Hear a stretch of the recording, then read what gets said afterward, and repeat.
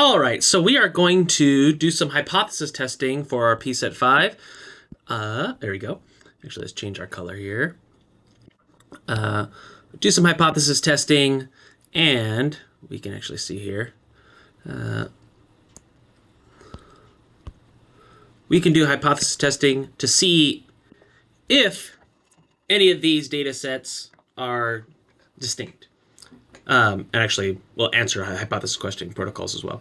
So let's go ahead and let's start to set up some parameters in, we'll start to set up some parameters in R. So let's go ahead, let's open up a new script. Let's do library tidyverse, library stats. Let's do library ggplot 2. All right. Okay, I know what to do. All right, so let's go ahead and let's define some variables. So we have, all right, so we have different materials. So nx goes to 14, ny. We did this last time. I didn't keep the notebook because I like to do these fresh, and z, and 8. X bar 123, y bar goes to 126, z bar goes to 120, sx goes to 5, sx 5, control enter, sy 0.9, sz 0.08. All right, so let's go ahead and move forward here. Let's go ahead. We also need to build in some functions here. So let's go to our lecture 5. Let's build in, let's say, our t-test comparison is going to be a function of x1, x2, s1, s2. I wonder if we have this here. Sorry but it'd be great if it's, did I save it somewhere? We have all of those, but that's from another, that's another value here. Let's see. Unfortunately, doesn't look like we do, but it's okay. All right, so let's just continue with our solutions.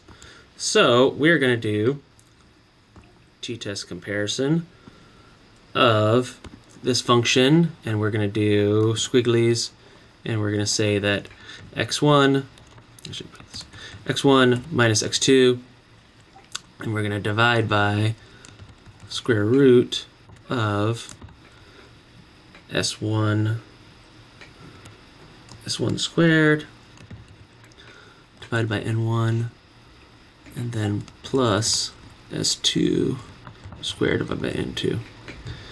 All right, s1, we also need x1, s1, n1, n2. There we go. Now we can say new comparison comp, same thing, function. But now we're going to do s1, s2, n1, n2. I keep doing 3. And this one's going to get a little nasty. So let's do 2. S1 squared divided by n1 plus s2 squared divided by n2. That whole thing squared, and all of that divided by, we need s1 squared divided by n1 squared divided by n1 minus 1, And then all of that plus, parentheses, S2 squared divided by N2 squared divided by N2 minus N1. Or minus 1, excuse me. That looks good. All right. So we got those values here because we're going to need those for our testing. So let's go to Pset 5. Let's pull these bad boys up. So are X, Y, and Z statistically significant or significantly different at a 10% significance level? What about 5? Prove with appropriate methods. So we are not going to use P because we don't have our t-test comparison. So instead, we're going to run our confidence interval. So let's do X and Y. And then let's do Y and Z. And then let's do X and Z. So I'm just going to do... So again, if we're first starting off with this, we have the similar hypothesis, null, same, alternative, different, confidence interval equals 90%, or alpha equals 0.1, but we know that we need a t alpha over 2 nu, because again, we're looking at two-sided test. So we need to figure out what that value is, and then what is our t experimental, or t-test comparison value. So that's going to be our experimental here. So I can do my t-comp, and then t-comp is going to be for x and y. It is going to be x bar, y bar, sx, sy, nx, and y. My nu is going to be equal to, or nu comp is going to be equal to sx, sy, nx, and y. So our nu is 13. So for x and y, we have t of 0.05 of 13. This is for x and y. The t experimental was equal to -2 something. Yep. -2.23. And if I look here on our table, and since we're bounded, let's go to lecture 5 or lecture 4, 05, 13.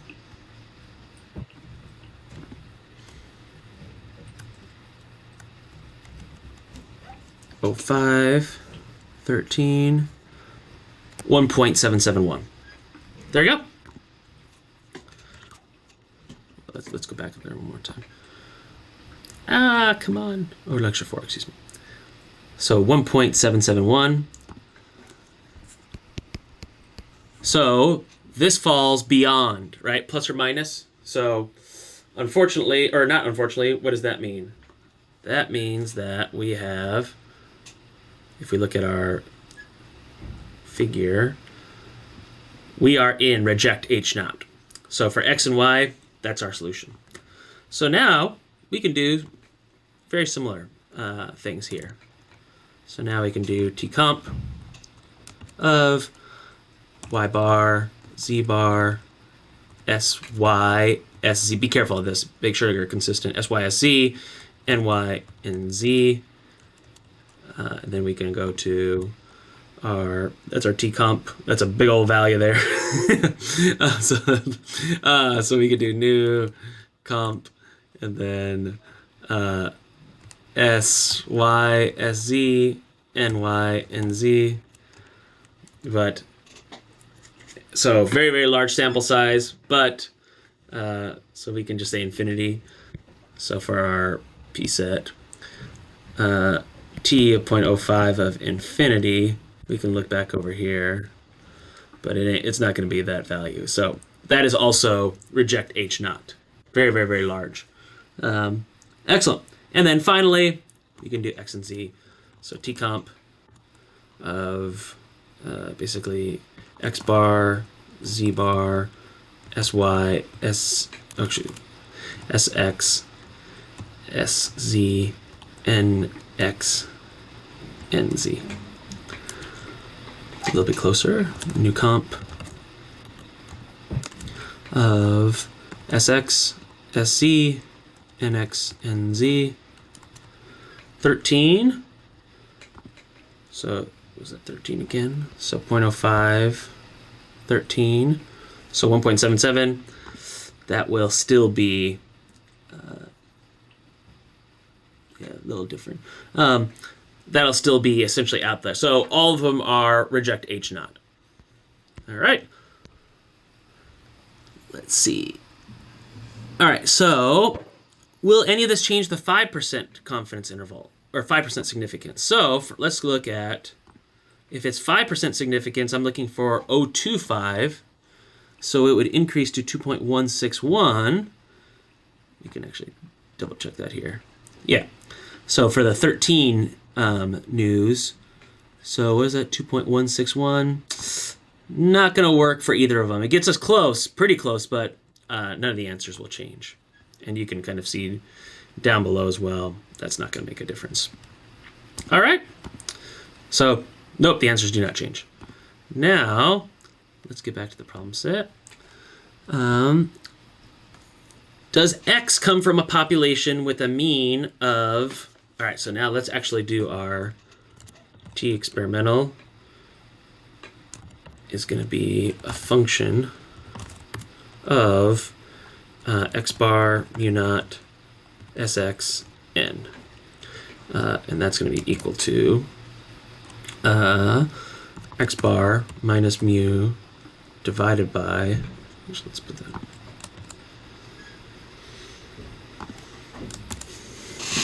and let's divide this by, divided by sx divided by square root, oops, square root of n. There we go. So if I'm looking at, we're looking at x, so I'm going to need my T experimental, and I need my x bar is going to be, well, it's x bar, my mean of 122, my sx, and n. Oh, I wonder if this is going to be give me an issue. Mean SD stand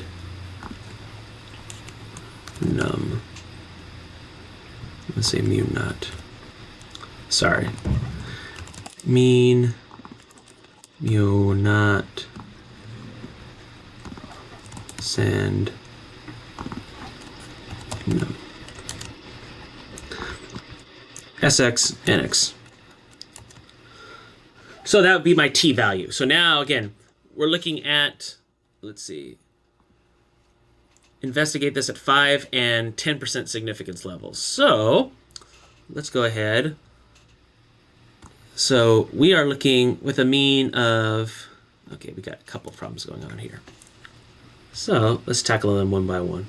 So let's go ahead and let's check this out. Let's be a little bit comprehensive here. So let's see what our NX, so we're looking at a T, let's do 5% first. So for this one, it's a two-sided test, so 0.05, so 0.025. Our new is, we tested X 14 times, so it's gonna be 13. So we'll also have a T value of 0.05, and then that will also be 13. That's great. And then also, we can actually set up for less than 125, greater than 122. That's going to be the same. It's just going to be the alpha. So it'll either be 0.05, or it'll be, and then 13, or T of 0.1 and 13. So these are like all of our experimental value, or theoretical values, excuse me. So let's go ahead and look at that. So we can grab those values, 0.25, 13, so 0.25. So one is 1.35. So for 13, 0.1 is 1.35. 0.5 is going to be 1.771.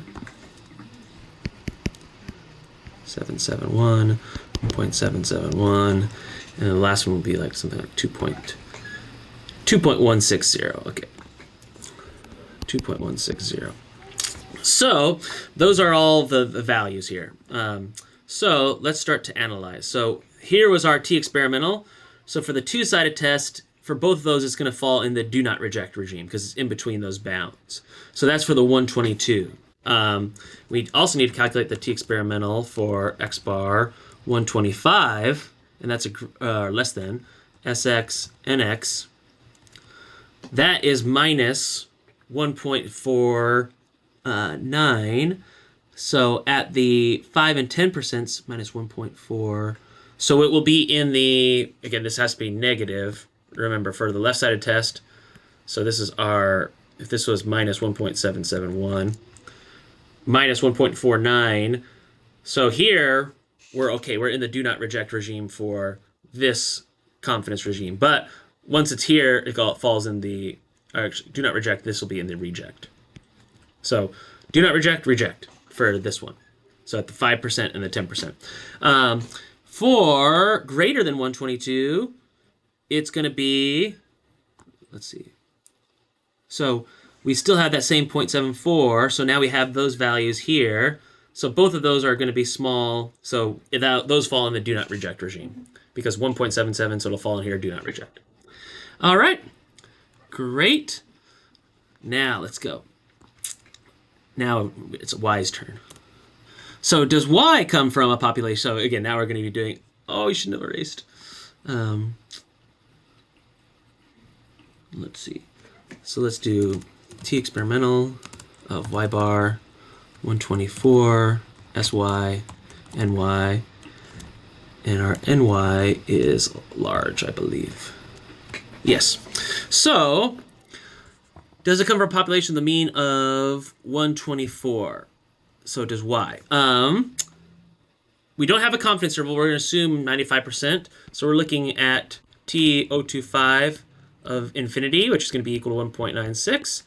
And if we see that value, we are well beyond it. So that is a reject. So cross that off. Does it come from a population of, greater than, excuse me. Let's be careful here. So not 025. So we're looking at T of, because we're looking at 95%, so our alpha is 0.05 infinity. So this would be reject, do not reject regime. We can double check that in our confidence intervals here. So our value would be, it's 1.645. 1.645, but I believe that is still well beyond, so that will be a reject for sure. All right. Does it come from a population? Now this is the two-sided, so again, this would be T of 025 and then infinity, which is 1.96. Oh, excuse me. I keep making mistakes. This is also 0.05 because it's 10%, so we would have actually the same value here. So two-sided test, still 124, so again, that would still be a big old, does it come from a population of 124? Way outside the bounds, so that is a reject for sure. Does Z come from a population with a mean less than 199? So let's look at our NZ. So now we're looking at a new of, so we're given nothing, so it's a 0.05, and then new of 7, because we have an 8. So let's go over here. I think you all are starting to get the picture of new 0.05. So 1.895. 895. And what's our value? So let's do T experimental, Z bar, 119, S, Z, NZ, 35. Less than, so this is the trick here. Be careful. When it's less than, that's a negative, right? Oh, my pen is disconnected. We'll reconnect right here in just a second.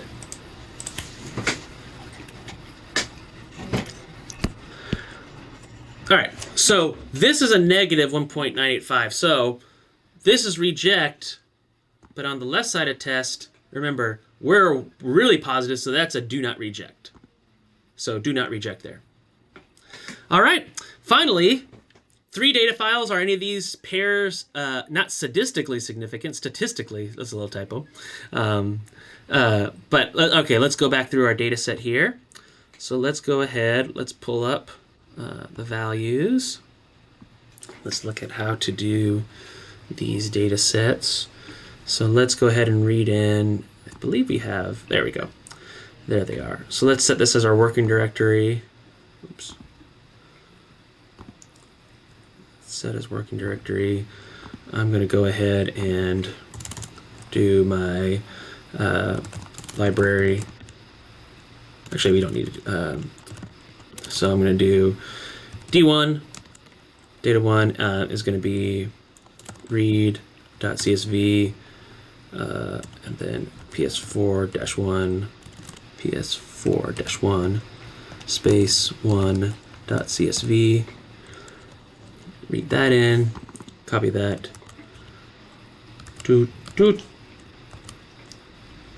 Changes to 2. Changes to 3. Changes to 2. Or 3. Changes to 2. So,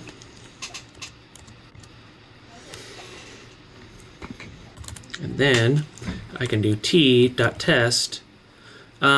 We're doing a comparison, so we need to put D1, D2.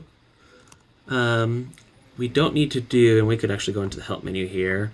I'm going to set my confidence level to 0.95. I'm going to do alternative